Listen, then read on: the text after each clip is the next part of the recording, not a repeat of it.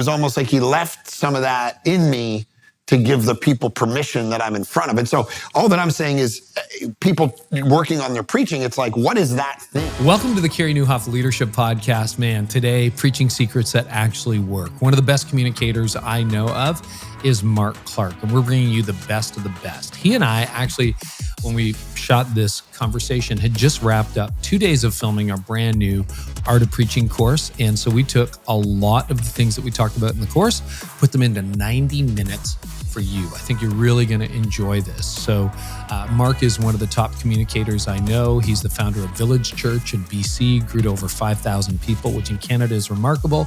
Now he's one of the senior pastors at Bayside Church in Sacramento, California, preaches to tens of thousands of people every single week. And so Mark and I share our best tips on preaching, theology, strategy, and how to make your communication connect. I think you're really going to enjoy it. If you're curious about the Art of Preaching course, we'll link to it below or go to theartofpreachingcourse.com. Hey, wherever you're watching, be sure to follow and subscribe.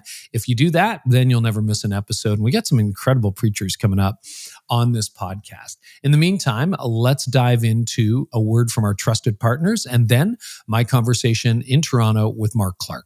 This episode is brought to you by The Art of Preaching. Hey, I've got some brand new news. We have a new version of my course, The Art of Preaching, out now. It's totally revamped from the bottom up. And if you've ever wanted to take your preaching to the next level, whether that's learning how to craft messages that engage and connect, deliver them with confidence, because a lot of us aren't very confident, right? Or take the stress out of sermon prep, this course was designed for you. I'll show you how to get a month ahead in your preaching and a whole lot more. Now, some of you may have taken the original course that was trusted by literally thousands of pastors and communicators. Well, is this different? Yes, we took that foundation, expanded it, updated it, totally revamped it so it's ready to go and made it deeper and more practical than ever. In the course, you're going to learn how to tell unforgettable stories that drive your message home. Use humor the right way without being awkward or forced, right? Try to find your unique preaching voice so that you sound like you, not someone else. I'll show you how to ditch your notes and preach with clarity and confidence.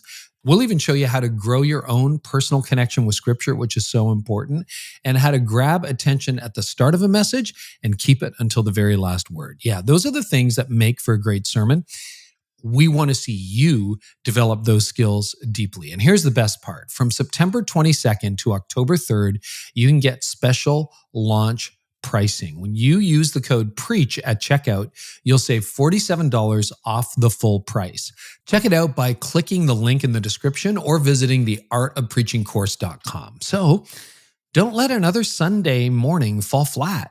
If you're ready to preach clear, engaging, and memorable sermons every time you step on the stage or behind the pulpit, then click the link in the description and you can learn more. Well, Mark, both of us have been preaching for years now. I would love to start by asking you, how has your approach changed? I mean, 25 years of preaching, solo preacher, church plant. Yeah. What was it like then? What's it like now? Yeah, man, when I started, especially when I started the church, I mean, my early sermons were youth group sermons.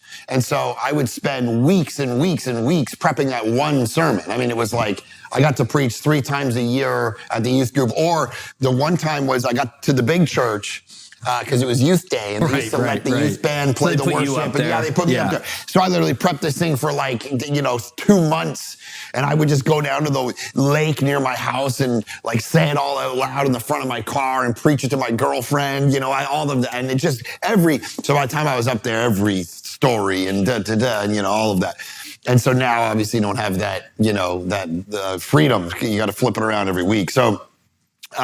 But yeah, man, I think the only big difference is I still put all the time and the energy into the prep, the reading, the manuscripting it out, getting it to 10 pages, getting it down to 4 or 5 pages on Saturday, and really sifting through it, memorizing, preaching it out loud, hearing the stories, okay, how's this point going to land? How's that joke going to land? All of that.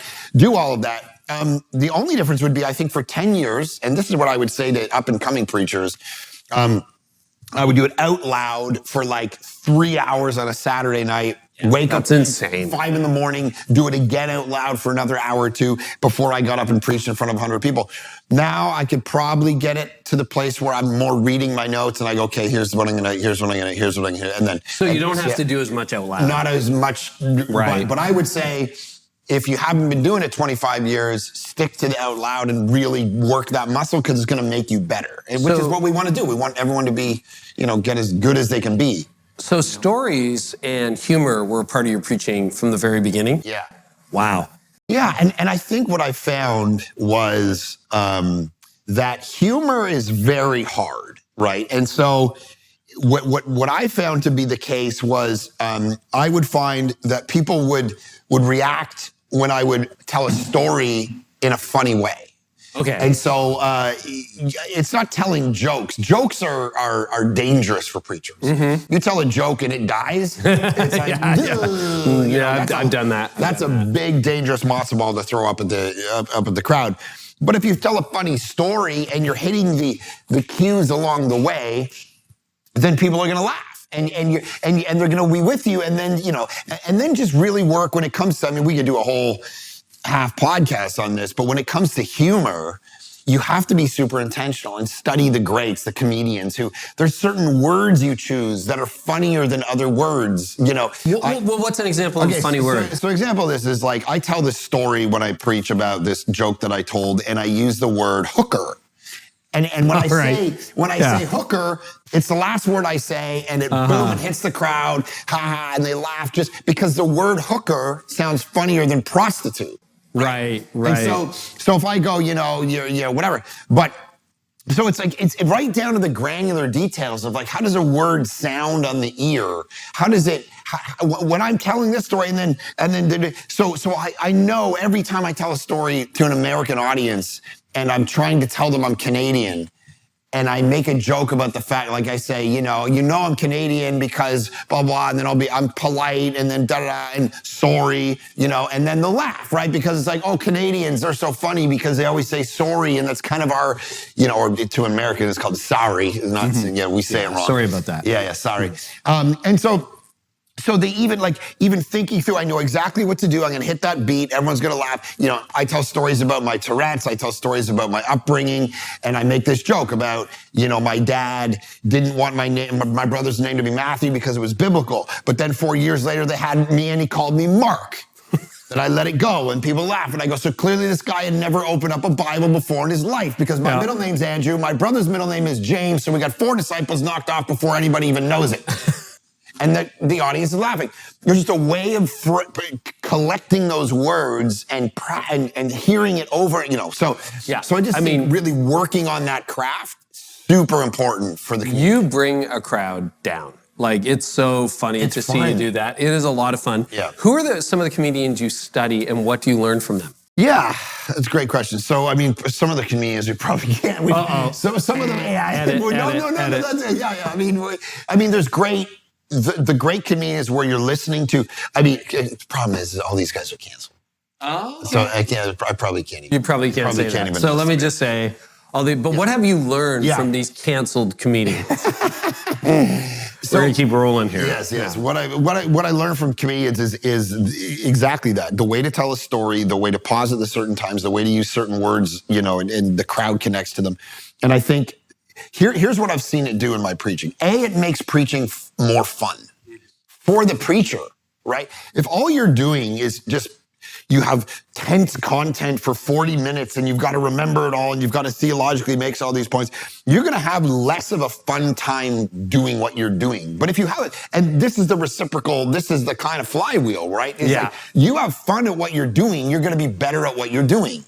And so if you're funny and you can, and the crowd gives you some laughs, and then you like it, and then you like what you're doing more, and then you get better at what you're doing. And so I'm constantly looking at a message going, okay, if by Saturday, just to get super practical, because I preach a Saturday 5 o'clock service now. Yeah. Okay. So if by Saturday at noon, my sermon's set and I have the theology and I have the doctrine, but it's still too heavy. A little too stale. I'll just sit there and stare out the window and go, what happened to me this week that's funny? And I'll try to find the smallest thing. So this happened to me at Easter, just, this last Easter. It just, the sermon was good, but it just didn't have those light, humorous moments yet. So I sat and stared out the window, and I realized that the day before, I have a boxer dog, okay? Yeah, and so this boxer is a maniac, and she's just stupid. She just eats everything. See, even the word stupid, it's funny, right? It's funny. Stupid. It has two syllables. Rather than the dog is dumb. It gets into mischief, whatever. Yeah. Right? So the dog is stupid. So it's exactly what I said to the crowd. Exactly as I'm saying it to you, this is how I say it to the crowd. I set it up for them. And so I said, and I go, whatever, there's a boxer dog. And so my wife has baked 300 cupcakes for this event we have to go to. So I get home, and they're all sitting on the dining room table, and this dog will eat anything. And so I get through the thing, and my wife looks at me, and my kids are lined up my two daughters are lined up, my other daughter's in the other room, and my wife looks at me and says, here's the deal, I'm going out for 2 hours, okay? And all I'm asking you to do is to sit on that chair right there. I don't want you to move for 2 hours, because if you move, this dog is going to eat those cupcakes. And if this dog eats those cupcakes, unforgivable. I will never forgive you of this sin. So she says, you got to sit at that. I don't care if you need a drink. I don't care if you need to go to the bathroom. Do it all now, because for the next 2 hours, you're on that chair, because if that dog eats those cupcakes, blah, blah.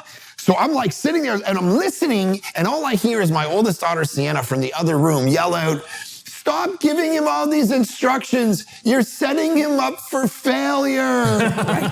And she's like, this is going to be a sermon illustration. This is what she yells. And just the concept of you're setting me up for failure. Of course, the crowd laughs. And then I kind of followed up by going like, what kind of lowest common denominator must these people think of me? How stupid must they think I am? My family. They have to give me all these instructions because I have 3 daughters at home, which means I have a wife, 3 daughters, which means I live with 4 mothers, right? And they constantly tell me what to do, and they constantly tell me what I do wrong, and this is, guys, what is wrong? So I'm telling these stories, and it's the way the story unfolds, it's the setup, it's the certain things, and the crowd has a fun time. And that chemical thing that happens when they're laughing goes through their body, and then they hit the gospel, they bring their friends, and when I meet them, they're always like, man, you give us the hard, because what happens is, someone pointed this out to me recently. They said, here's your style. You play, and then you punch. So you get everybody all, and all of a sudden you go, bam! I'll tell that story about me being dumb, and I'll be like, it's not hard for me to be humble when you live with women like that. And everyone's laughing, and all of a sudden my pivot will be, but some of you walk in here and you think you're so cool, that you're so beautiful, that you got the nice car, the nice job, that you think you can get into heaven just by being you. But here's the problem. You're not being humble enough to realize that you are broken too. And you are, the only way into the kingdom is by being humbled enough. Play and punch. How did the story end? The doggy, I sat there at that table, and I just didn't let that dog. I won. I had victory. It was a good day. I did what I was told to do. But the fun is in the storytelling. It's in the telling. Yes. Cool. How many hours on average would you put into a typical sermon? I'd probably say, well, you know what it's like. You're kind of dripping in information all the time. Hey, a month from now I'm going to be dealing with X. So I got the Google Doc open for 2 or 3 weeks in a row, and whenever life happens to me, I'm just filing it. I'm in the grocery store and someone says this. And I was walking through Target with my daughter the other day, and a woman walked up to me and she says, Mark, your sermon's changed my life. And I'm like, wow. She's like, yeah, I just can't. And I'm like, yeah, what's up? Like, let's talk about this. Let's nail this. Tell me more. And she's talking to me. And then I walked away, and I looked down the aisle of Target, and there's these 2 guys. Of course, I got Tourette's, which means I make these weird noises. And my tick right now is I go like this. I go, right? And I make this dumb little noise. So this lady tells me that I changed her life, and I'm the greatest thing that's ever happened. And I'm like feeling it a little bit. And I walk past 2 aisles down, and I look, and there's just 2 teenage boys. And the whole aisle just reeks like weed. Okay, they just smoke the joint outside or whatever. And they're in the chip aisle, of course. Like, give me the munchies, whatever. And they look up at me, and they're just like, and they make my honking noise right in my face because I must have just made it. And so now they're making fun of me. And I'm like, you bunch of losers. I just feel like punching you both in the face for the cause of Christ right now, but I can't, you know? And here's the thing. I tell that story and I look at the audience and I go, this is how God humbles me. The minute I feel cool, the minute I feel like I've succeeded in life, he grinds me down to the ground and goes, you loser. Who do you think you are? You have to become like a child to get into the kingdom. Blessed are the poor in spirit who don't bring anything to the table. So when those moments happen and I'm walking through Target on a Monday, I jot that down. And I know it's going to be a sermon. I don't know how it's going to be used yet. Yeah. But all it probably existed as was Target teenagers. That's how it got punched into the Google Doc. And then it takes on a life of its own. And sometimes it'll come out of the text. Sometimes you put it in there a little bit because you're looking for a moment of humor. And at that point, I looked at the crowd and I said, you are here and you think you have your whole life together and you've never bowed down to anybody because you're not humble enough. You got too much pride in your life. And then I use those stories to talk about how I get humbled. But you got to pay attention to the humility because when God does that, he's trying to say something about what I'm not. And some of you walk in here and you think you got your whole life together and you'll never humble yourself and bow down like these women did. And the people, and then all of a sudden I hit them with a hard truth and they're more willing to take it in than if I just got up and went, some of you are not humble. You must be humble. Mm-hmm. Next point, so coming back to your question, how long does it take? I'm dripping in experiences and stories all week. I formalize it. It's probably 10 hours by the time it's written, edited, memorized. 10. Yeah, but it's it funny. Used to be more. I've noticed, it used to be more for me too. And I remember when I transitioned from founding to teaching pastor at our church, I was talking to I'm not going to drop a name, but a very well-known preacher. And I'm like, it's just not. Yeah, Charles Spurgeon. Exactly. I dropped by to see Spurgeon. You and Spurgeon are hanging out. So when Spurgeon and Whitfield and I, we're getting together. What it was, I just said, it's just not a full-time job. I got to find other things to do. And he looked at me. He's a few years older than me, and he just said, if it takes you and I at this stage 40 hours to write a message, we don't know how to write a message. Yeah. And I think, if you're starting out, it's probably 20, 25 hours. And I would say I'm now 8 to 10 hours. Yeah. Because you've also got all these reps. You also know the shortcut, not the shortcuts, but you're not spinning your wheels as much in the ditch. So, yeah. Mark, how do you personally know when you preached a great sermon? Like, how do you know that this dropped? Because I know for me, you and I, we've just done this new Art of Preaching course, right? Yeah. And I know for me, I'm not the best judge of it. Like there'll be times where I'm like, I nailed that and God seems to do nothing with the message. Other times I'm halfway through going, this is awful. I don't know what to do. And a woman says, change my life. Yeah. Or 5 years later. Sure. Remember that sermon you did on when you said, it's like, no. Right. So it can be really difficult to know when you've nailed it.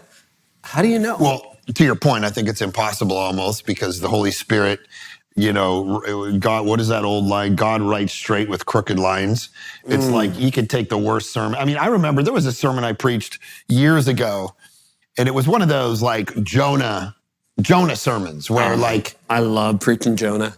No, but it was like a Jonah sermon in the sense of like, I don't ran even away care from it? about those people that I'm preaching at. I'm miserable. I'm in a bad mood. I walk out from backstage. I'm like, that kind of Jonah sermon. Yeah. This guy hasn't tithed in 3 years. This guy's been sitting in the same chair his whole life. I don't even want to preach to these people.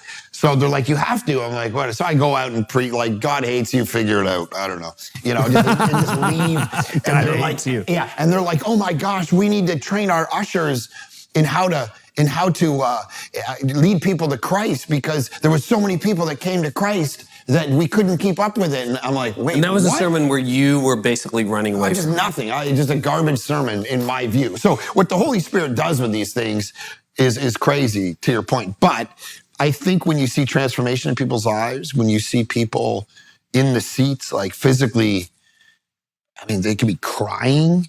They could be just, you could see them processing going, man, okay. You can see them writing notes in their Bible. You can hear stories. You can, on Instagram, it's interesting. You have these unsolicited people in the balcony who take video of that 1 minute and then repost it and say, y'all got to listen to this, just changed our life. Or they put all their notes on Instagram and say, here's what I got out of the sermon. And that's just raw. You know what? That raw feedback, right? Because, as we talked about in the Art of Preaching course, like the feedback from your staff is oftentimes littered with, other agendas. Yeah. And what is it? Highest paid person in the room, like Hippo. Yeah. It's like, so if you can fire them, yes, they're probably not going to tell you that was a stinker. Exactly. You really did not prepare, right? I remember though, I was at Starbucks one time and these two ladies were chatting and they're like, have you been over to that Village church? When I was This is when you were in Vancouver. Village, yeah. And I was at Starbucks and I was just working, under my hood or something. And they had a whole conversation about me and the church. And it just was totally raw because And they didn't know you were there? room, right? Yeah. And it was great. It was great to hear. It was interesting. What did you learn? Oh, nothing. I didn't. We'll save that for my own personal. Next question. Yeah. Next question. Yeah, it's interesting too. I find the best way to know whether it landed, sometimes you just know, often you don't. But if you want to grow as a communicator, the best way to grow as a communicator is to get a fellow communicator to critique your sermon. Yes. Like if you look at my message or someone else who preaches regularly looks at my message and they watch, they listen, and they're like, hey, if you'd moved that story up and twisted it this way, I think it would have been more effective. The average person, they have one category. It was good or it wasn't. Yeah. It was like, how did it do? It was good. Yeah. Why? Don't know. Right? Yeah. It was, I don't think that one hit the mark. Why? Right. You don't know. You can't grow from that. Right. So by getting other communicators, and that could be like a colleague in your denomination, that could be someone on your staff. If you don't have a staff, you ask a friend, or if you're in a teaching team to get that kind, but you have to be open, right? When people say to you got to receive it. Hey, this did not really work out. You got to sit there open, humbly going, all right, I received that, rather than defending yourself and trying to do that. Good. Yeah, agreed. I want to break down sermons a little bit because we go way into the deep end in the Art of Preaching course, but I want to talk about sermon introductions. That opening minute or two is really pivotal. Yeah. What's the best way to use it? Yeah, I don't agree with the old, preaching course that said, tell them what you're going to say it, then tell them what you said. It's like, no, by the time you've told them what you're going to say, everyone's bored and checked out and looking at their clock going, well, I got to get out of here for lunch. There is no movie or novel that follows that plot. We meet Mark and Carey. Mark murders Carey. And then afterwards. Spend some time traveling to Mordor and then he will throw his ring into Mordor. Now, let's begin. Right. You ruin the mystery, right? You ruin that. Yeah. So no, don't do that. No, just get to it. Everyone's busy. Look, the people who are sitting there are their lives are a wreck. They're and you'll tell them that. Hey, you're just sitting there. Your life's a wreck. I tell them that every week. Yeah. And you do actually. But they find a lot of freedom in that, a lot of permission in that, because it's okay to be correct. It is. I was talking about someone the other day, and they said, my wife and I on a stage, my wife and I have never had a fight about money, and I'm just like, see, that's not helpful. I would rather say my wife and I fight about money all the time because we're just like you, because we're normal people like you, and you always fight about money. We were talking about this at dinner last night. I heard that line years ago. My wife and I have never fought about money. And I just thought, well, we've fought about money a lot. So when I preached that, topic, I said, my wife and I have not only had a fight about money, we've invented topics to argue about. Like there were topics that didn't exist that we invented. Right. So we could argue about it. And when you do that, what do? You put yourself, people go, oh, you too? Yes. Oh, yes. Okay. Like if you've been married for 8 minutes, guess what? You've had an argument. 100%. You argued on the way to the wedding. You're like, come on. It's so important. And just on that note, when I was a kid, I got Tourette's syndrome and obsessive compulsive disorder. Those people who've listened to your pod and heard me on here know that, and I've talked about that before. Yeah, and that's a real thing. But that's not like an act. No. I hope it would not. No, but be sometimes people discount act. that. I disguise my, I diagnose myself. You did not diagnose yourself. Well, No. Yeah. I just want people to know by that. By the time I'm twitching around and making noises, I couldn't diagnose myself. But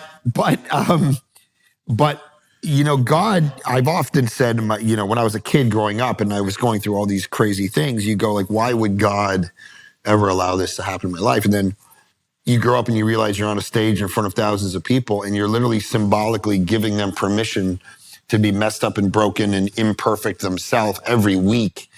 And God has used that almost as, it's almost like my superpower. It's like any kind of pride or ego or anything like that people would sniff out in other people. It's not there as much because I'm my whole life is just one big limp of like, look at me. I mean, there's nothing, there can't be an ego here because I'm a goof. Like, whatever. It's like, the minute you begin to feel cool, you're like, all right, well, that's out the window. So people then, and as I've talked about that, or just even personified it in people's lives, people have found the craziest permission of just like, I can't believe you think like that. I think that too. And I never told anybody that I used to knock on things a certain amount of times. And then if I didn't knock on that and fold the laundry perfectly, then the plane would crash. And so I had to do this and I had to do that. And I thought like that too. And I never told anybody. And now I've heard you say it for 20 years. I'm free. And it's like, what? Like crazy that God, there's a reason he didn't like fully heal me. It was almost like he left some of that in me to give the people permission that I'm in front of. And so all that I'm saying is people working on their preaching, it's like, what is that thing? You did a brilliant thing in the course on the kinds of limps to share and when it's overshared. Yeah. Talk about that. That was great. Yeah. I've thought about that a lot because we've all been through the ringer, right? And I've had moments, seasons of my life that are not good. And when it comes to vulnerability, like how vulnerable should you be from the stage? I think of wound, scab, scar. So, we've all got scars. We were kids. It's like, this is when I fell and hit my head on the table, or, this is, I actually crashed my bike. My right knee now has a really nice scar on it from a couple of years ago when got some nice road rash, that kind of thing. Yeah. So scars healed over. A scar is something that you can talk about saying, I had a bike crash, but I've recovered from it, right? And then a scab is, I got a wound. It's healing. And then, a wound is, no, this is gaping and we may have to go to ER. So I think wounds, don't talk about your wounds on stage because you don't know how to be helpful. Like you're on the way in an ambulance to the hospital. That's for your counselor. That's for your inner circle. That's for people like, hey, we're in a crisis right now in my house. Probably don't want to lead with that on a Sunday morning. You might even want to take the Sunday off. But if it becomes a scab and it's healing over and you can tell it's getting better, then I think you can start to share it. It's fresh. So not all your stories are from 20 25 years ago. So that's I was in high school. When I was in high school. Yeah, exactly. In the 19th century, when I was in high school. When I led that guy to Christ that time. Exactly, that one time. You want recent stories, but for vulnerability, it should at least be a scab. And I think like I burned out a number of years ago. Or a scar. Yeah, or a scar. So there was a time when my burnout, which happened in 2006, it was a gaping wound for a couple of years. Couldn't talk about it. I tried to talk about it. I thought it was a scab, but it turned out to be a wound.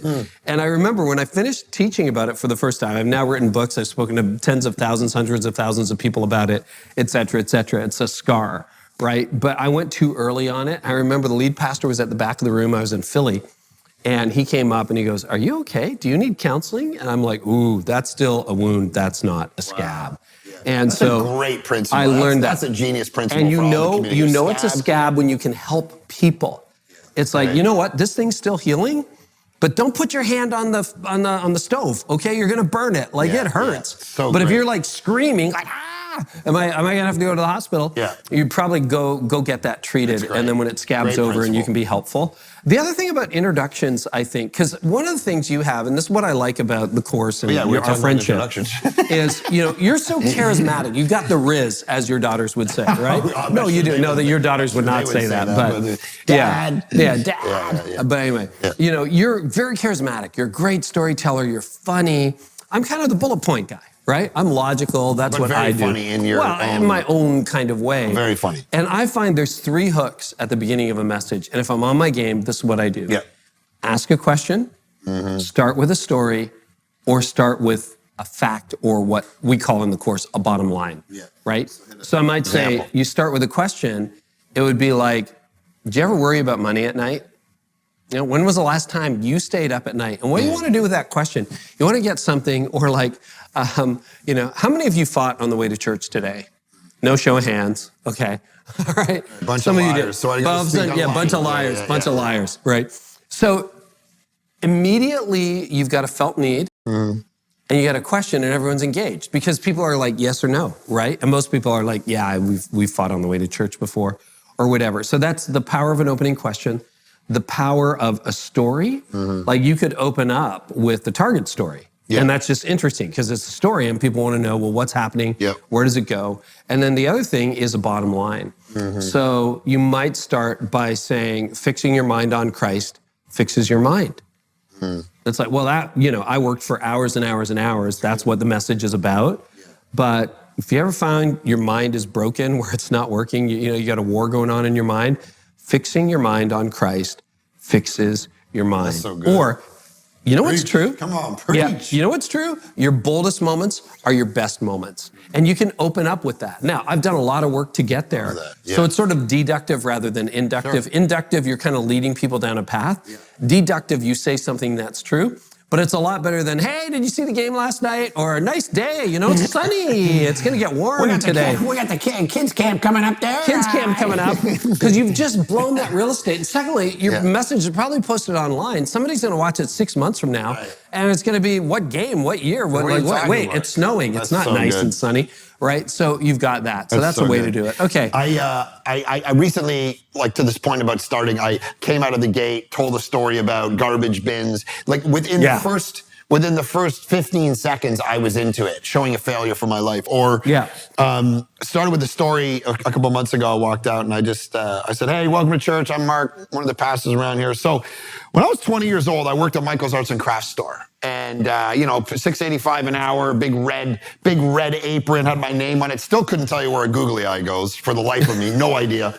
And I'm sitting in the aisle, and I just become a Christian, and this girl in a wheelchair came by with her mom, and they're sitting there looking at stuff. And I looked at her, and I hear God say to me something very clear. I want you to walk up to her and tell her, in the name of Christ, I want you to get up off that wheelchair. And so I say to myself, there's no way I'm going to do that. And God says, you're going to disobey me? You're not going to go over there and tell her? I'm going to heal her right now. Wow. And I walk up to this girl, I'm sweating bullets, and she looks up at me from the wheelchair, and I look down at her. Anyway, we'll come back to that. I want you to open up your Bibles to Romans chapter 6. And here's what we're going to do. Now, here's what I did. I preached the whole sermon. Everybody. Right. And it's a true story. And I preached the whole 35-minute sermon. The problem was, no joke, at the end of the sermon, I prayed like I normally do, and amen, and I walked off the stage. You didn't resolve it. And people started screaming from the audience. What happened? What happened? That's all they cared. They didn't hear a word I said for 35 minutes. All they cared about was that. Isn't that crazy?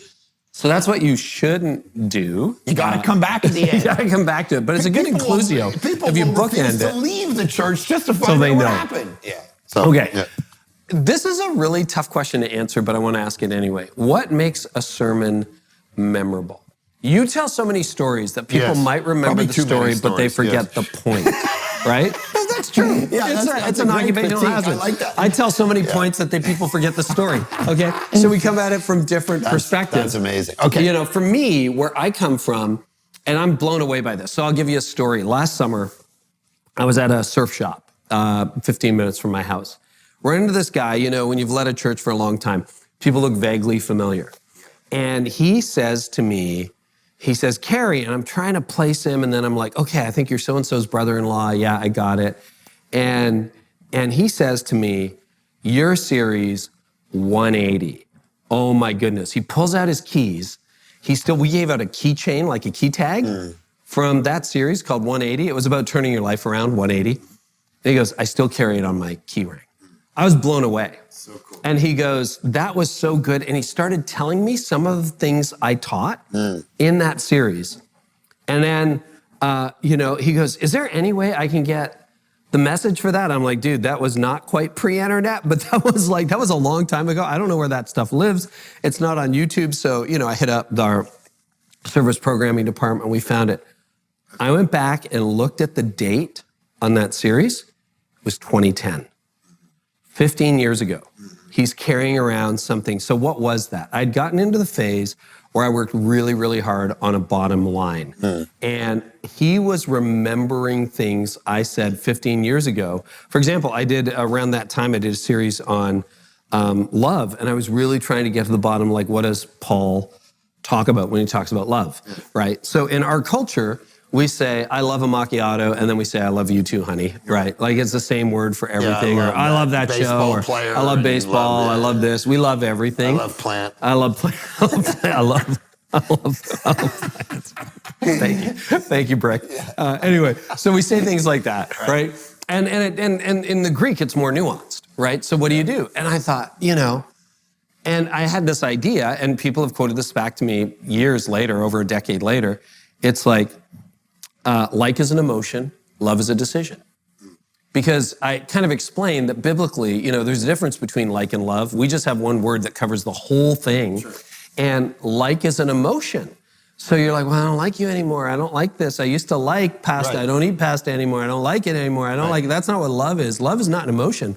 Love is a decision. Yeah. Love is a decision. So when you're like, I'm not in love anymore, it's like, wait, you're talking about liking somebody. Right. You're not talking about loving somebody. Biblically, love is a decision. Yeah. So, 6 simple words, like is an emotion, love is a decision, that can live. So I think that's one of the ways to make it memorable. That's probably my best thing I bring to the table, to make complicated issues simple in a few words. But you are a genius storyteller, and you come up with all kinds of funny stories that literally have people, like when we announce you at our church, that you're coming to, people are like, they announced me at our church. They're like, who? Huh? That guy? Is he back? See, that's your funny. That's you being funny. Like you have this dry, self-deprecating. It's so great. Anyway, so I agree with everything you just said. So I won't reiterate the same point. Do all that. Memorable bottom lines, memorable sentences. I told you one over dinner last night that I heard from another guy. Which you're going to write a book on one day. Probably write a book on it one day. So and hopefully you don't steal it. But the line is, when you're born, you look like your parents. When you die, you look like your decisions. Such a great Every line. time I say that, I give it a beat, and the audience goes, whoa. Right? At dinner last night. Yeah, at dinner. There were 5 of us. I knew and we hadn't heard it, and we all paused. It was my wife, Jeff and Leslie Brody, my pastors, and we were all like, ooh. Right, and that's what happens in the audience every time. Yeah. And I'll do it at Connexus when I'm there next. And, good. I won't be watch there. What happens. No, and watch all of that is true. I think the other thing that's true, though, and this is a little bit more, maybe less tangible, but it shows our different styles. Have you seen Inception? The movie Inception? I don't think I have. Christopher Nolan movie? No, I feel like I have. Have you seen Interstellar? No. Christopher Nolan movies? Okay, well, this is now a terrible example. I know, you love movies. Okay, Shawshank Redemption, okay? Yes, okay. I've seen that twice. Okay, twice? What do you mean? I've seen it twice this month. I know. What do you mean? Okay, you're not. All right, next question. Okay, so Mark. Here's the point. Yeah. If I asked you, do you really connect to Shawshank Redemption? Like, yes. Yeah. It's like, for most people. Well, you would say it's the best movie ever made. Yes. And so I know Shawshank Redemption, The Godfather, Interstellar, Inception. When we talk to these people, if I was to say to someone Inception, it changed my life, it's great. Okay, great. So let me ask you a question. What is the main character's name?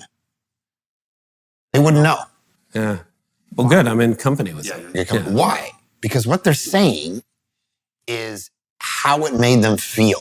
Yes. Yeah. That's the thing. It's funny. I remember being like 12 years old, and there was a preacher. It was a church basement kind of night. And he's like, do you want to give your life to Christ? I gave my life to Christ so many times as a teenager. I'm good for life. Like, it was every time I sinned, it's like, I'm a Christian again. But I remember, and I don't remember who the preacher was, and I don't remember what the message was, but I remember how I felt. Right.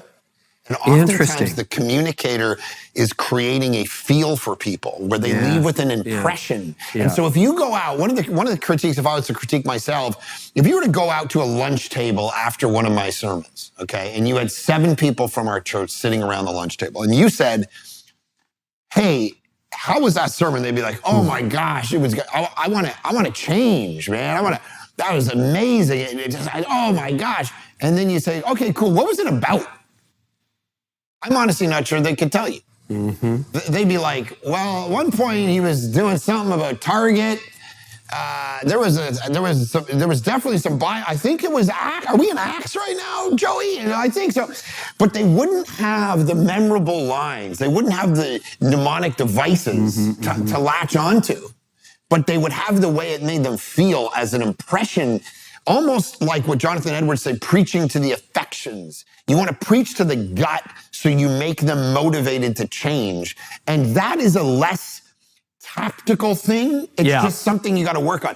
My point about the Christopher Nolan thing is Christopher Nolan basically says, look, the last 20 minutes of a movie don't even really need a script. You just need the right music, momentum, cinematography, and story, and then you end it and people leave and they go, I don't even know if there was, like if you watch the last 20 minutes of The Dark Knight, the last 20 minutes of Dark Knight was it could be without a script. Dunkirk. None of these movies need even talking for the last 20 minutes because you're just being carried with the score and things are happening and then the credits come up. You're like, oh my gosh, I want to watch that again. But you don't even know what they said for the last 20 minutes. So I think there's art. power in that. It's art. Yeah. Yeah. There's how you make the room and the individual feel is almost just as important as what you're saying in making them feel that thing. So how do you do that? Well, that's probably a course. We should probably do a course. Wait a minute, we did do a course. We did a course. Preaching. Go check it out. But you're very good at that. Yeah, and but I think there's a certain EQ that you have to have. There's a certain ability to feel the room and where it needs to go. Okay, I'm losing the left side of the room right now. And do you have the lights up enough to know that? I do. I insist that the house lights are up. People, but I don't like blaze them. No. But you want to be able, because you've spoken into those black tents where you can't see a thing. I like to see the audience because you can see what the Holy Spirit is doing. Because in your head, you've got how the message is going to go before you deliver it, and then you deliver it, and it's like, well, this is a piece of lead. Right. This is not going anywhere. and then you're like, ooh, but this is really resonating. And you see people leaning forward. You see a few tears. You see, I'll give you an example. I was preaching on AI, which, by the way, never announce that you're preaching on AI. Everybody stays home. Okay, of course. So I was preaching on AI. Unless you're in Silicon Valley, though. Unless it's Silicon Valley. Yeah. Well, if you're north of Toronto, do not preach on AI. All right. Anyway, no, there were people at church, but bears running around, the horses, the runt of the litter, in that series. So I want to talk about AI relationships. In the same way that like Jonathan Haidt and people are really concerned about what social media has done to our kids, I'm very concerned about what sexualized chatbots are going to do and chatbots are going to do to human relationships. So very specific. It's very specific. Like, sexual chatbots. It's an example of what you shouldn't do in your preaching. All right, we're good and bad examples. Series. Yeah. Sex bots. It was really AI in the Bible by Carey Nieuwhof. It's a big thing, and it is like 30% of men have some kind of sexual relationship with a chatbot right now that they create. Yeah, no, this is nuts. This is flying under the radar, dude. Under the radar with a chatbot. Yeah. You can go to sites. Listen, I explained it. Nobody was listening. I don't know where you'd find it. Nobody was listening. Okay, go ahead. I don't have one. Okay, I don't. Carey. I know. Yes, okay. Tell us more. That's a lot of knowledge. What's yours called? It's a lot of information, isn't it? No. So I'm trying to explain, like, if this is what social media has done to us, what happens? Because, as a spouse, you don't always have a great day. You don't always say the right thing. I say the wrong thing on a regular basis to my wife. I'm like, I thought I was helping. Sure. I did not help, right? Well, what happens when you have a relationship with a virtual bot, a girlfriend, and she always says the right thing, and she's trained, she knows exactly what you need to hear. It's like an earworm. And suddenly you're in this relationship and, it's not as good. As I'm preaching this and I'm sharing the stats, I'm watching. Every woman in the congregation, the 4 who showed up, no, we had a pretty full house. Every woman in the congregation is doing this. They're wondering about it. They want to know. They're horrified, disgusted, upset, angry, and every guy is doing this. Well, you think the guys in your congregation are having chatbots? Well, I don't know. If they have a porn habit, which like 90% of guys do, and this is the direction it's going, and you could cut the tension in the room with a knife. And so I slowed down And I know there are people watching online. I slow down, and then I'm like, what do you do with this moment? And in that moment, because you prep it, you got all your stats, you got the screenshots, appropriate PG-13 screenshots, all this stuff. You got the data, and then you see what it's doing in the lives of people. That's preaching. I'm like, now, what do I do, God? And so the end of the sermon became much more pastoral, much more gentle, much more, hey, this is a moment. And what does it mean to be human in the age of AI? And so that kind of feedback is so important. And you can't get that when I don't care whether you spend 30 hours a week prepping a message, you're not going to know until it lands. And that's when you slow down. That's when you change tone. And that's when you never title something about AI in a sermon again. you say you're preaching about something else, and then you just... that's right. You just slide it in. You know what? I decided this morning we're going to do AI. Aliens. You did a series on aliens. I did. Not a whole series, but a sermon. Yeah, that's true. All right. Anything else about making a sermon memorable? I think that's great. So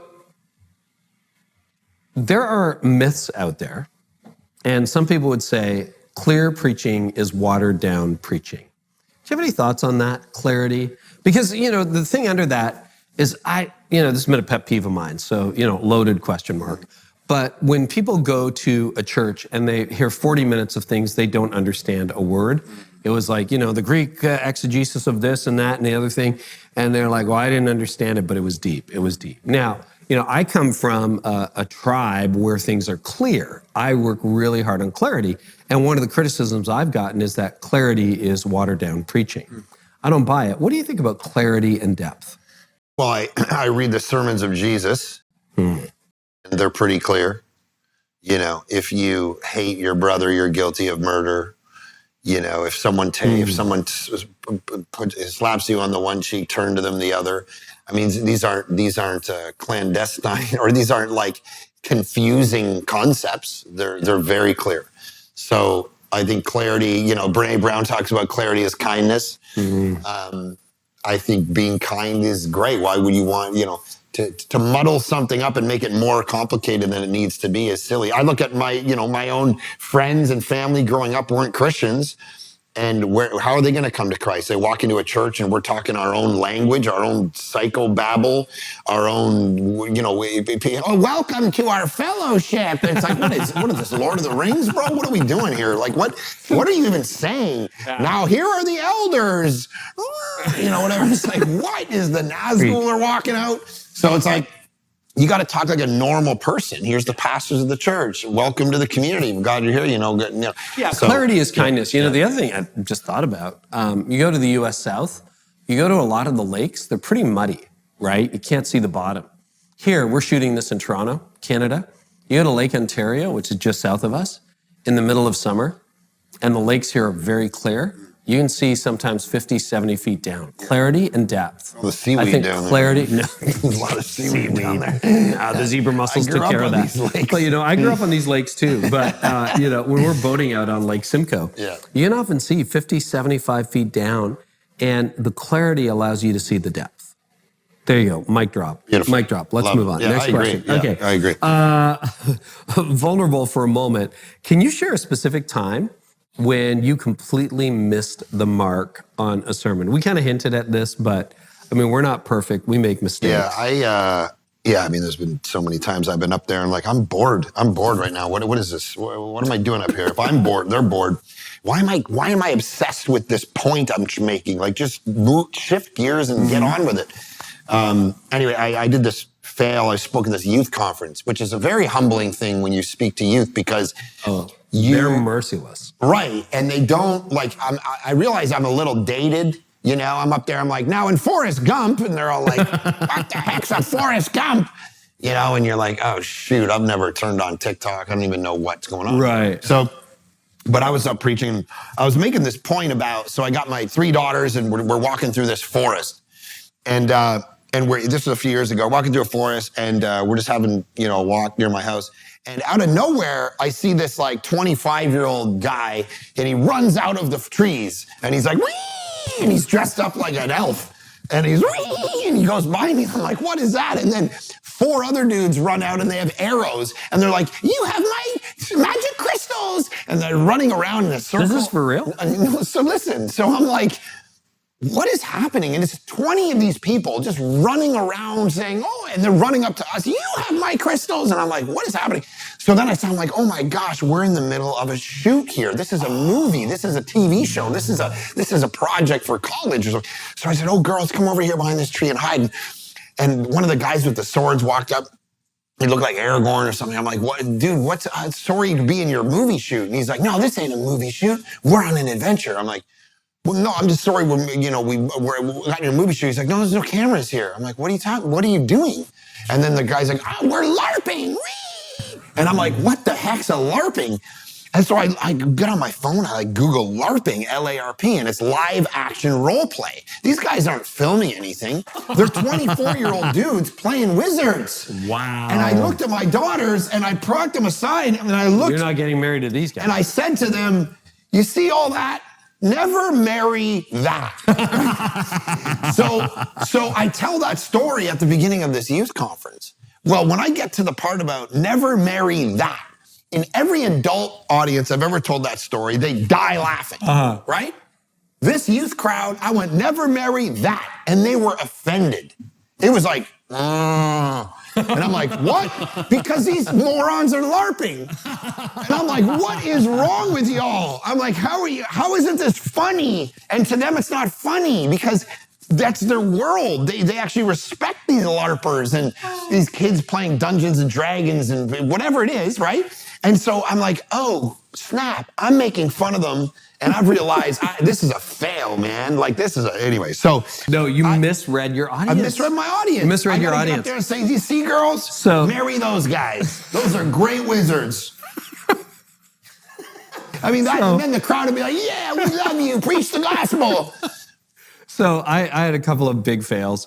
One was very early on. I was at seminary. And I didn't have a church yet. I was guest preaching in places. And I had just read a book in seminary called Preaching and the Literary Forms of the Bible. And the argument of the book is, if you're reading Proverbs, you need to be a sage. If you're reading the Gospels, you got to be narrative. If you're, blah, blah, blah, blah, blah. And so I wanted to preach on Psalm 23. I'm like, well, that is a psalm. I have to be poetic. You rapped.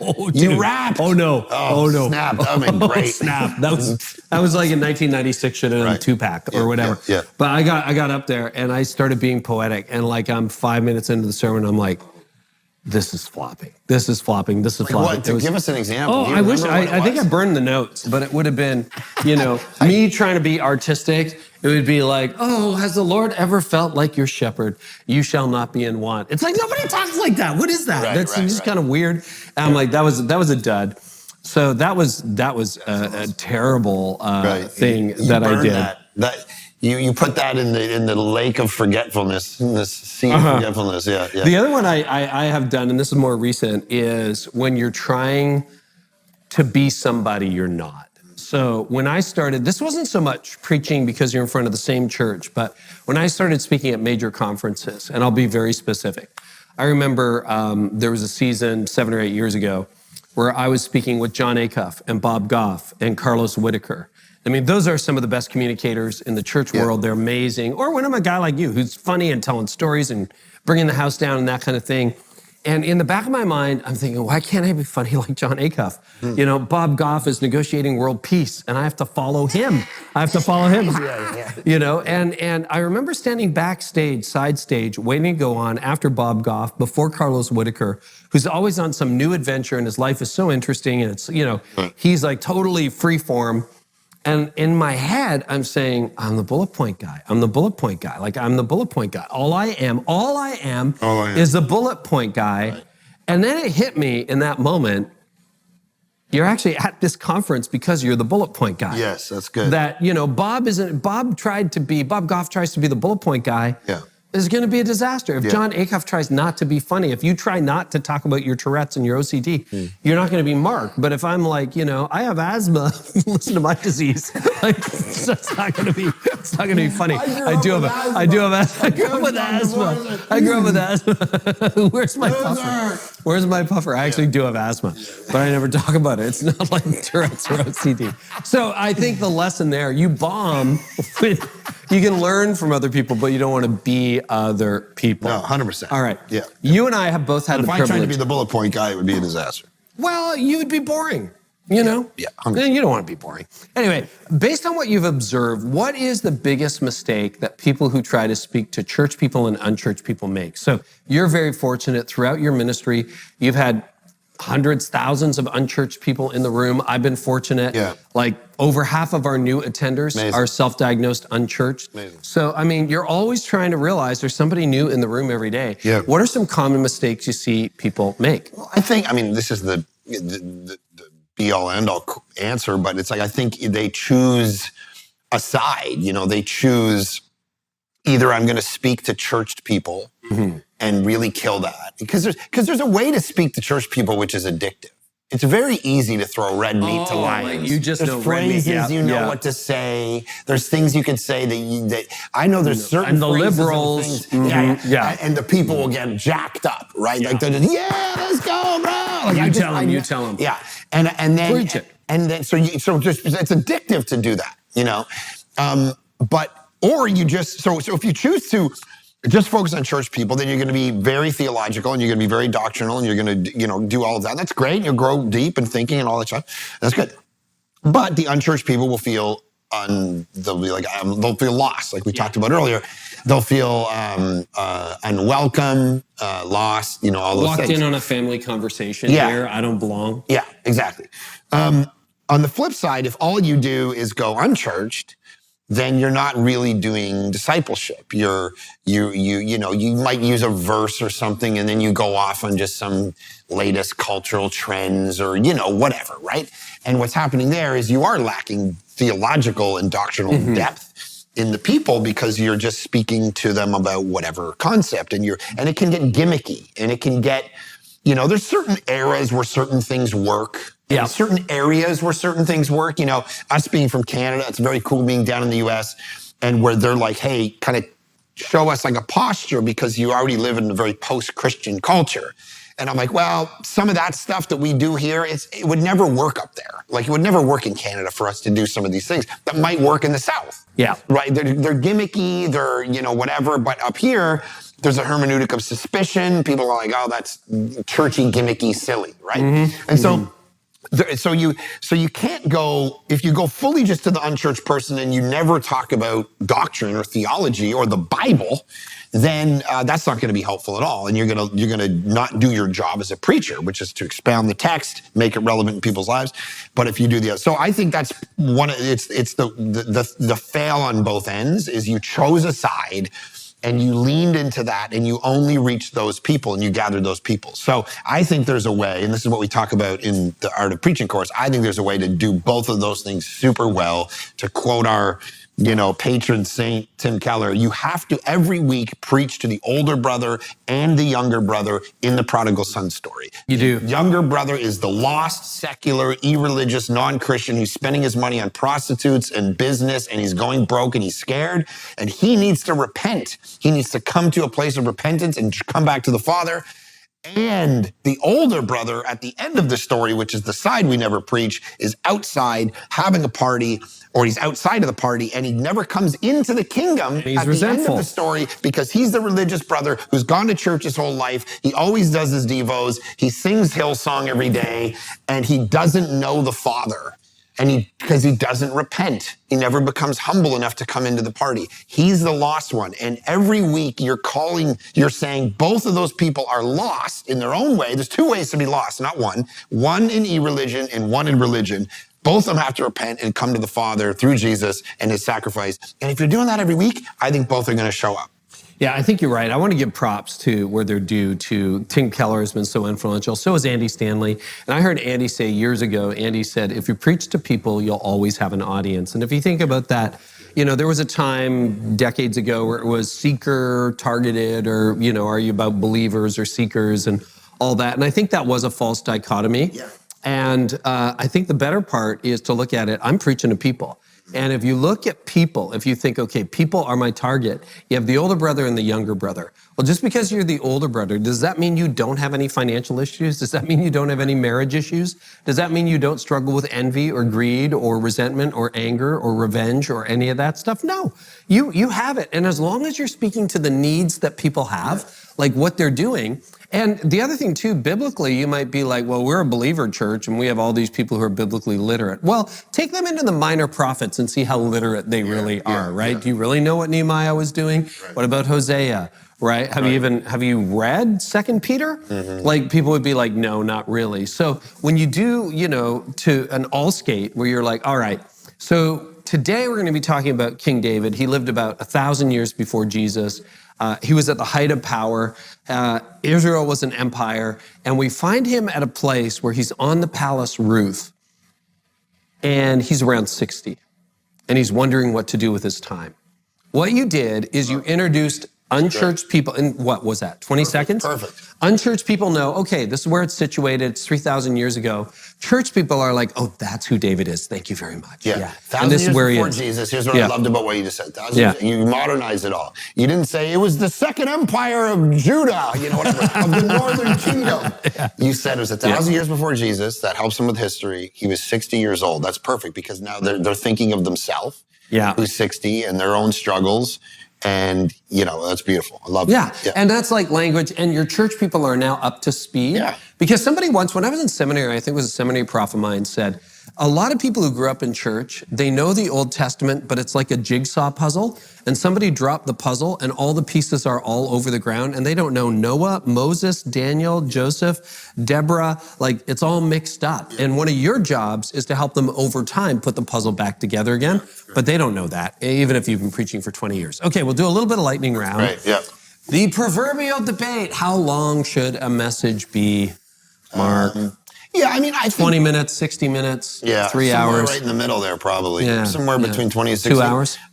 No. How long should a message be? Because people argue that there are shrinking attention spans. Right. So I would think if you're less than 30, I don't know. You could be less than 30. That's fine. Yeah. I did somewhere between the 30 and 45 minute range. If you're getting into 50, 55 minutes, you better be great. Stellar. Right. So one of the things we talk about in the course is the whole Jim Collins, principle of good to great. Like the enemy of great is good. Yeah. And so if you settle it good and you're like, well, I got 300 people in front of me and I'm preaching 55 minutes, it's like, cool, but could you have 600 people in front of you if you're preaching 35 minutes? Because you're actually, that 15 minutes is pretty rough, whatever. So it's like, do you have the ability to go, man, could I say this in 40 minutes? So I think somewhere in that 30 to 40 range is a great place to try to put yourself. But again, if you're super boring, 30 minutes is going to feel too long. And if you're great, 40 minutes is going to feel short, which maybe isn't that bad, because it's not just one sermon.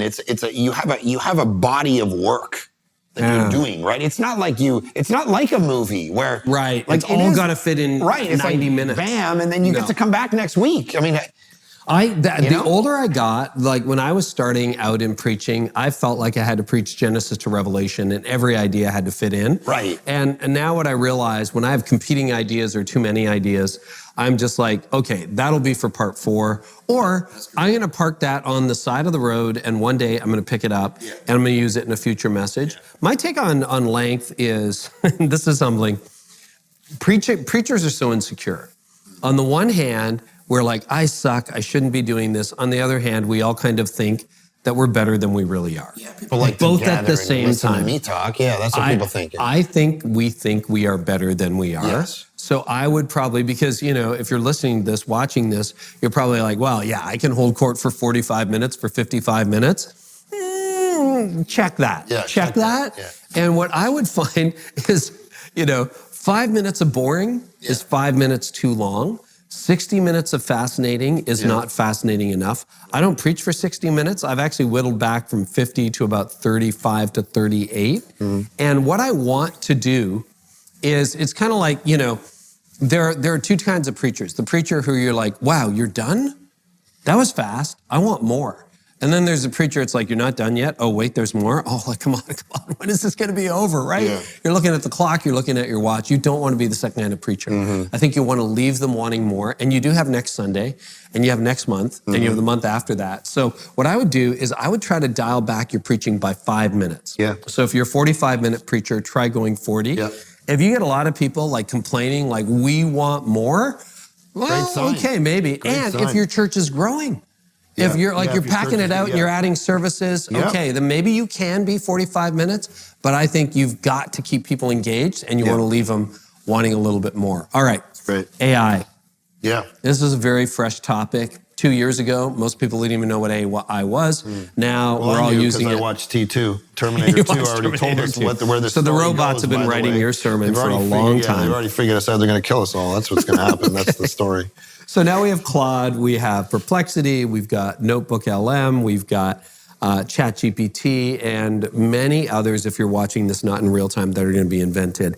And the metaphor I have appreciated the most over the last couple of years that I think about AI in, it's from Seth Godin.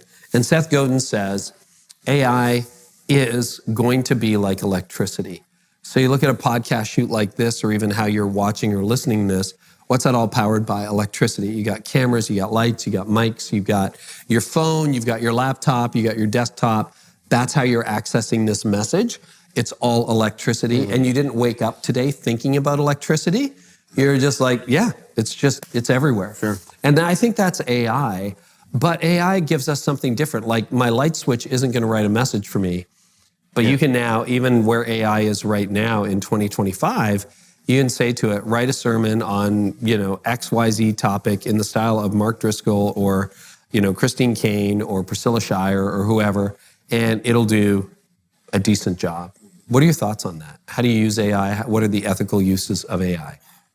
I mean, it's interesting because I'm a pretty traditional guy. Like, I don't have I write books. I don't have a ghostwriter. I'm like the guy who writes and rewrites the sentences myself 40, 50, 60 times over, wanting every phrase to be perfect. So if you said to me, oh, I wrote At Your Best, some ghostwriter just wrote it and I just signed off on it, I'd be like, oh, okay, well, that's not, it's yours, but it's kind of not yours, Yeah.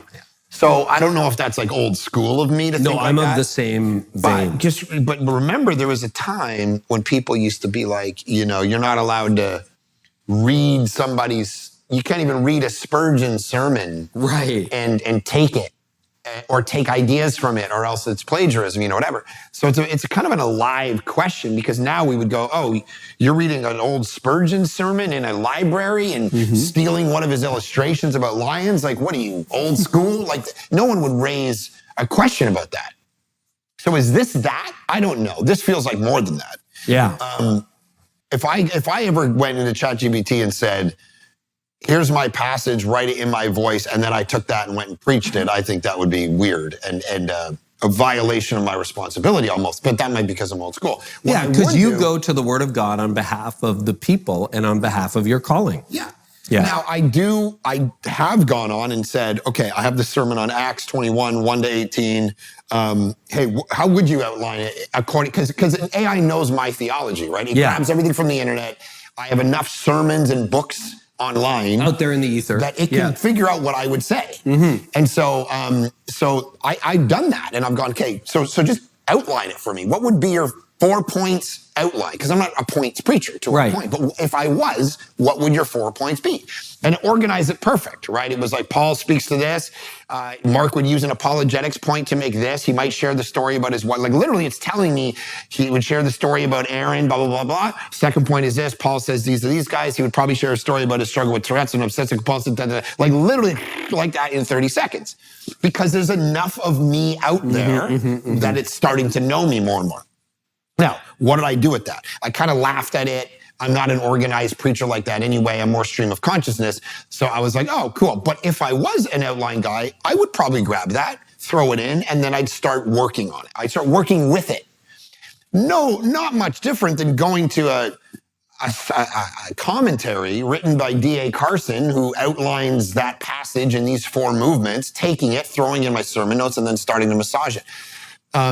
if I'm starting to sketch out a 30-week sermon series on the Gospel of John, I'm going to go on ChatGPT. It's probably my first run now and go, how would you do it? In 30 seconds, it's going to be outlined, and then I'm going to get together with my team, and we're going to start beating it up. So I think those are the uses for it right now that are legitimate that I'm seeing, but there's certainly some fears in it too. I think we have to approach it with optimism and with caution. I love your approach saying, like, if it just wrote it for me like a ghostwriter, I am not on board with that, because I don't think you or I would internalize the message. Like, there is an authenticity, like all this stuff we've done in the course, in this podcast, everything like that. I think one of the reasons it resonates with people is they know, like, Mark's preached for 25 years, Carey's done, almost 35 years of preaching. They know their stuff. They're not just reading from a script that somebody else generated or that AI generated.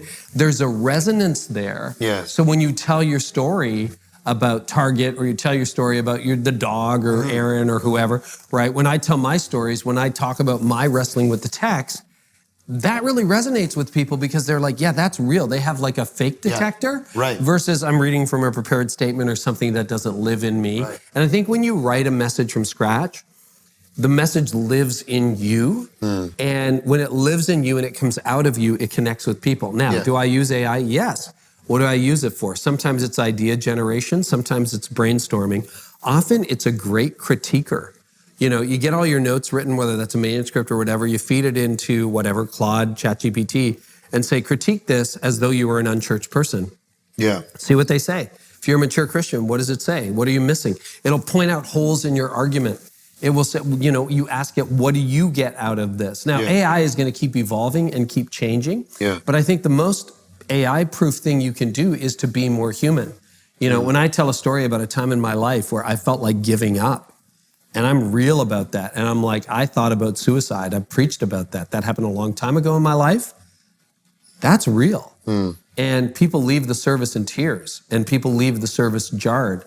That's not, AI might be able to help me say it a little bit better. I might not feed that one in because it's so personal and so real. So that's what I have found really helpful. Hey, Mark, we're wrapping up now. Is there any question about preaching that you think, or topic, that is not touched on enough, that needs to be touched on? Like, question that needs to be asked, topic that needs to be addressed? I just honestly think hard work is when I'm up in front of preachers and teachers and get the opportunity to talk to them. One of the things that really resonates with them almost the most is when I explain to them my process, or the amount of hours and time and energy that I put into these things. I tell the story about, you've probably seen comedians in cars getting coffee with Jerry lots Seinfeld. of episodes, So there's an episode with Kramer. Michael Richards, in the first season. And he tells this story, and he's talking, and he says, I was back when I was doing that show, I'd be back in the green room. And Jerry said, yeah, I saw you there. You were always doing your lines up against the wall. You were, doing your little pivots and always working, right until they said action, and you slide out and you do it. And everyone perceived that to be just Michael Richards was winging it. He'd whatever, all the crazy stuff. But this guy was, and he looks at Jerry in the interview. He says, "Yeah, I feel like I missed the '90s. I feel like I didn't enjoy them because I was working so hard in that green room. Every phrase, every turn of my face was all the stuff that I missed the 90s. I missed the joy of being on the show." And Jerry says to him, "No, that wasn't your job. You were to sacrifice in that room so the audience enjoyed it. That is what the job of the preacher is." Wow. And when I get to look at preachers and say, listen, man, your job is not to enjoy your little life and have a blah, blah, blah. You sacrifice for these people. So if you have to say to your family on Saturday, you know what? We got to figure our life out, man, because I got to be in a room preaching against a wall because I'm only good. I'm not great, and those people deserve great. Then that's what you need to do. And you won't do it. And the reason you won't do it is because it's too much hard work and you're not willing to do it. And usually when I talk to preachers in rooms, 20, 30 at a time, out of I can give them 33 hours of preaching content. It's when I say that they look at me and almost to the person go, you know what? You're right. You're right. I am not willing to work that hard. And that's good of them to admit that. But it's going to take that. Take all the principles, but you got to put in the work. Yeah. You know what? I mean, there's a couple in there. I couldn't agree more. And we see the success. And the stuff that looks easy actually was hard. And it's funny you mentioned Kramer. If my wife's having a bad day and she needs a good laugh, I'll find an old Seinfeld clip. As soon as she sees Kramer, she's like almost crying. Right? Like she loves Kramer. It's great. But I had no idea that was the 90s for him, rehearsing everything, and he makes it look effortless. Right. You know, I got a couple of friends, podcast alumni here. You work really hard at this, and I've seen you work. I've seen you sweat. I'm watching you sweat right now. As we film this course, as you preach in this area, I'm watching you do it. You're the real deal. Two other names, John Acuff, Ryan Leake. So John Acuff works so hard on his craft. He's been on the show many times. I talk to John at least every month, and the dude is always hours and hours and hours. So he's hilarious. He's funny. He's clear. He's clever. You have no idea the work that went into it. And then we had Ryan Leake on the podcast. Just this morning, I'm scrolling through my phone. I see that his new book hit top 10 New York Times bestseller. I'm like, good. And before I would have looked at that and went, wow, he's young. Like, how did it get there? When I interviewed him, and it's in the archive, Ryan talks about maniacal preparation. And back to where we started, you know, when you were doing youth things and you're planning for weeks and you're rehearsing all the jokes and you're rehearsing all the lines and you're rehearsing all that kind of prep went back. Ryan's done the same thing. And I think we forget that. So I'm not saying become a workaholic and spend 90 hours a week, you know, and ignore your family and get divorced. That's not what I'm saying. Is that what I just said? No, that's not what you're saying. But what you are saying is this is going to be hard work, right? It's going to be hard. Do you know how hard clarity is for me? It is really difficult because you look at a million points of information, you're trying to make sense of it, and then you're like, there it is. But that takes hours and hours of thinking, mulling, and everything. So anyway. One thing I've learned from you is exactly what you described earlier with the clarity and really working on those lines, those sentences that stick with people. And there was one that the other day I was preaching, and I was preaching the sermon. I was all over the map, all these illustrations. And, you know, people were laughing, people were into it, but I was like, okay, am I really? And then this thought dawned on me. And I looked at the audience, and I was in a very Carey-esque kind of way. I said, you can't change the world by minding your own business. That line still, and people walking up to me, they're like, bro, where did you, that was like, and I'm like, I don't know where that even came from. But it was wrapped up in this story about my wife helping a choking baby at Disneyland.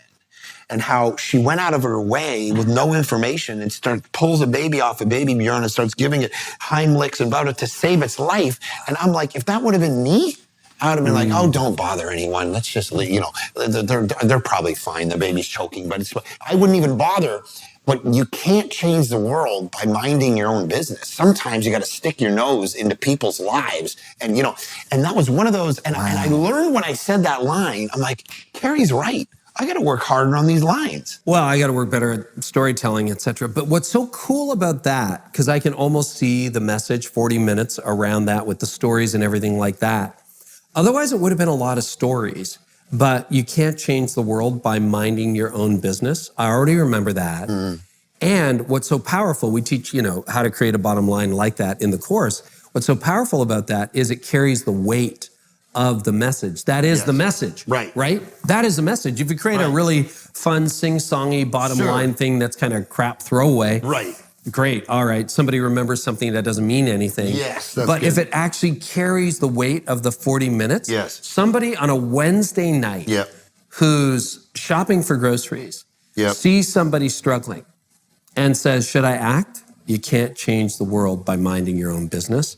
That's the power of that. And attached to a story like that, that's so amazing. Well, listen, hey, Mark and I are very different communicators. We're great friends.